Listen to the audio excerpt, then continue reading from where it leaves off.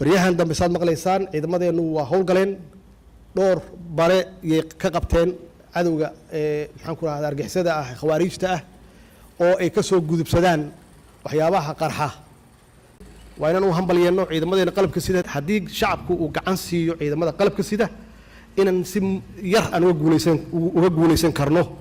intan ay nooga laayeenna dagaal noogama lahayn waa xaqiiqa inta shacab ay laayeen inta ay laayeen maxaan ku raahdaa caruur iyo ciroolaba dagaal noogama lahayn xaqiiqo weyn maxaa yeelay hadda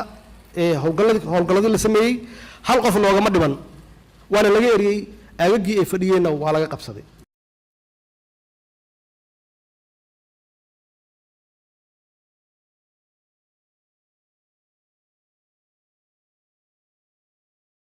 amnigu waa aasaas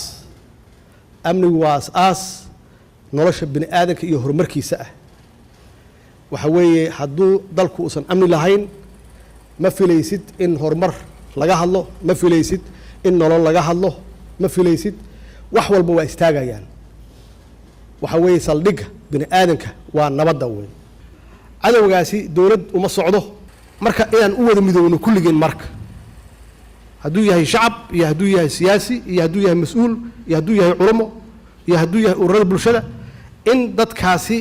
aan la wada dagaalno oo aan loo deynin dagaalkooda ciidamada qalabka sida waxa weeye waa inaan u mahad celinno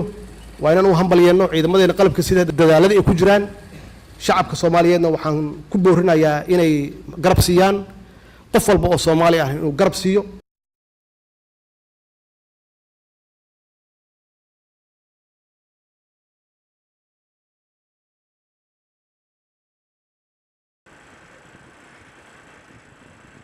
Did